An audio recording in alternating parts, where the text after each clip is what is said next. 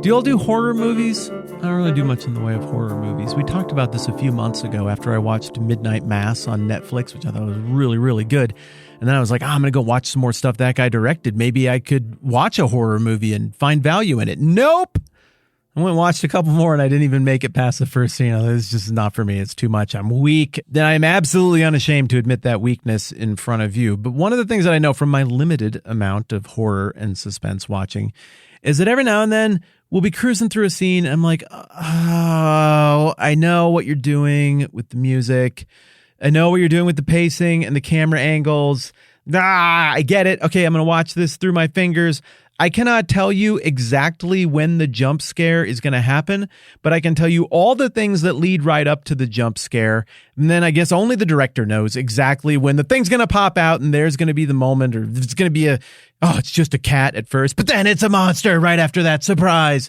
That's for the director to know, not for me, but I can give you a pretty good sense, even with a scary movie I've never seen before, of what the paces are of building up to that thing. Likewise, in Matthew chapter 24, we just got done looking at a huge chunk of what's called the Olivet Discourse. It's the fifth of the great big speeches around which the book of Matthew is structured, and it's all prompted by the disciples being like, hey, it sounds like you're going to die and go away, and we're going to be here, and we're going to have to kind of hold down the fort. Could you give us a heads up as to when you'll be back? What will the end of things look like? What will be the signs of your coming, the signs of the end of the age? And then Jesus gives a pretty broad strokes answer to that in 3 or 4 parts, depending on how you count it. First, he's like, hey, a whole bunch of stuff is just going to happen. It's just the world doing what the world does, wars and famine and things like that. That's not it. That's a big deal. It's tough, but that's not it. And then he goes on to say there's going to be some kind of incident, a profaning of the temple that occurs. That's going to be a little bit bigger deal. And if you see the armies show up and the temple being profaned, you might want to go to a long weekend retreat or something. Maybe just get out real quick as you're able to. And then after that, there's going to be a time of suffering. And during this time of suffering, some people are going to start to say the Son of Man has returned. That's the Messiah. He's back. He's right over there.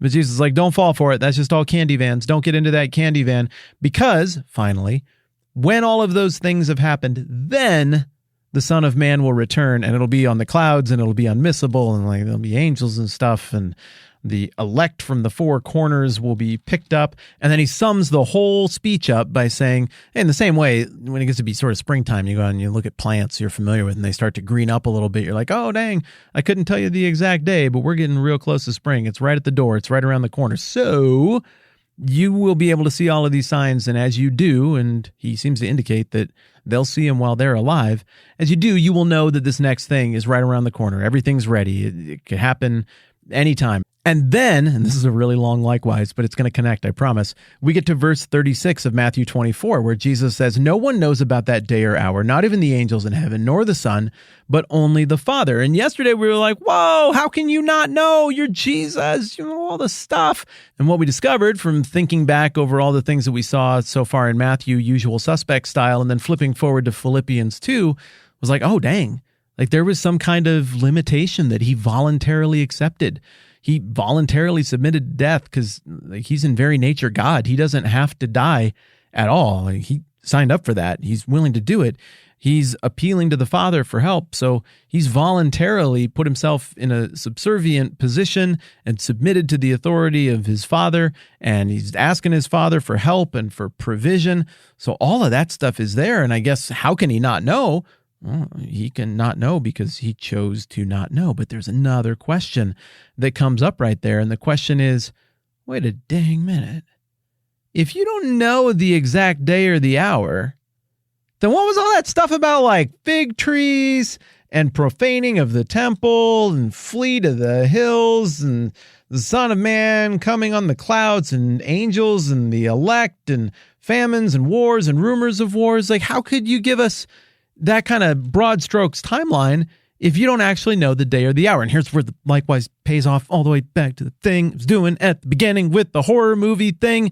Well, the likewise is that in the same way I can tell you all the beats that are going to get us right up to the moment where the thing will happen, but the precise instant that it will happen is only known by the director or the editor, whoever worked on the movie. So Jesus apparently is limited in his knowledge of that exact trigger pull moment where the culmination of all things, where the reckoning, where the end of all of this, where the return of the Son of Man is going to occur, he's voluntarily limited on that information, but he knows in somewhat specific strokes the paces that are going to run us up to that moment. He can anticipate those things far better than the disciples can, and even involuntarily allowing this knowledge of this specific date, this specific moment, to be limited to his Father, he's still way more informed than anybody else and is more than capable of being like, look, you see all of this stuff, you're getting toward it in the same way that I'm like, look, listen to the strings.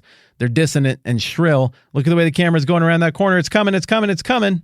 And so I don't think we should get to Matthew 24:36 and be like, oh, well, just so basically cancel everything Jesus just said because he doesn't actually know. Well, look, he's the most qualified person in the room to speak to the question. And clearly he thought the question the disciples asked had merit. I mean, come on, Jesus is empathetic. He is charging them with a big task. And it would seem that the take-home message of everything that he told them was really just, none of these things are totally within your control. Be faithful, do the stuff you're supposed to do, live out the values of my kingdom, regardless of these circumstances. And then in the end, God is sovereign over time. He's sovereign over the unfolding of things and the reckoning of things, and he will do what he's going to do as he's going to do what he's going to do. But any imagination that we might have reading this, that we're like, oh, the disciples were just so dumb back then. They were simple rubes who lived in a northern hillbilly hick country, and they just weren't as good at things as you and I are. And now that we've had a little more time to stroke our goatee and puff on our pipe and sip on our craft beer and scratch our butts with our bedazzled preaching jeans, now we have determined that the exact date of the return of Jesus is going to be right here on August 11th, whatever. This makes it clear that, like, if Jesus didn't know the date, like the prophet Kip from the local temple of future prophecy knowledge, he's not going to know either.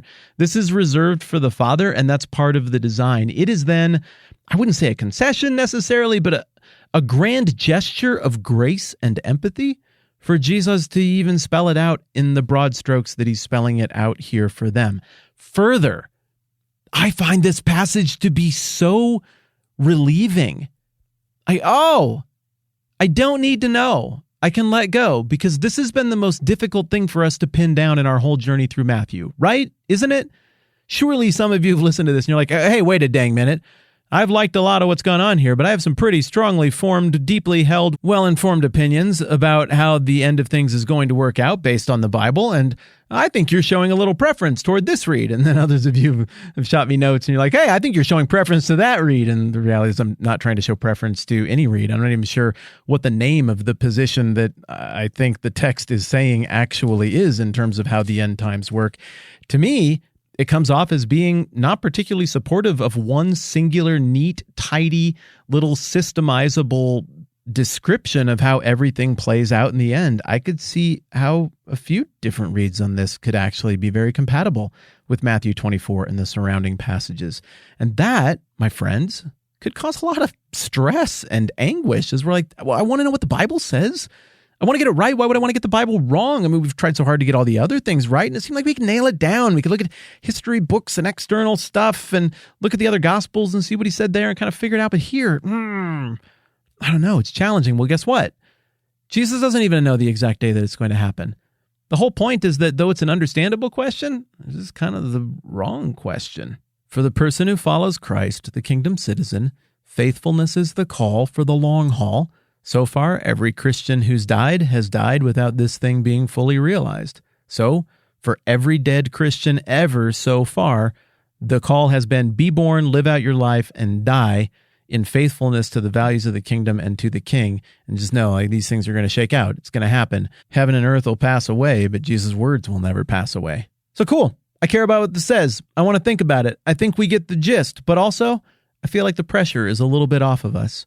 If Jesus can't point to a calendar and say that's going to be the day right there because he's voluntarily limited himself from having that information and defers to the Father on it, then maybe it's just fine that you and I can't point to the calendar either, and we can breathe deeply in and out and live in peace, saying, perhaps this is a chapter of the Bible that I'm not supposed to be able to neatly extrapolate out into specifics and map over the top of current events as neatly as I might like to. And perhaps part of the further value of the way this is set up is that it prompts the kingdom citizen to defer to the Father in a way that follows the example of how the Son himself defers to the Father on this one. I appreciate you. I'm Matt. This is the 10-Minute Bible Hour podcast. Let's do this again soon.